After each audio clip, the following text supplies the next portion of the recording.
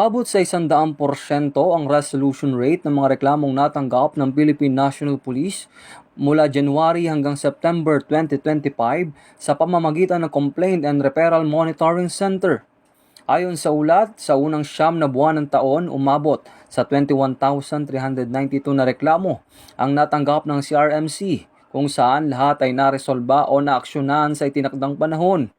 Ang pagtaas ng bilang ng reklamo kada quarter ay itinuturing na patunay na tumataas na tiwala ng publiko sa mga bukas at mabilis na mekanismo ng PNP para sa pagtanggap ng sumbong ng mamamayan.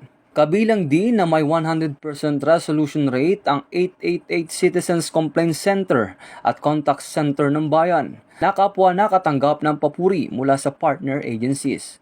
Nakatakda namang ilunsad ng PNP CRMC ang Enhanced Customer Relation Management Information System o CRMIS na may mas matatag na cybersecurity at mas madaling gamitin para sa mas epektibo serbisyo sa mamamayan.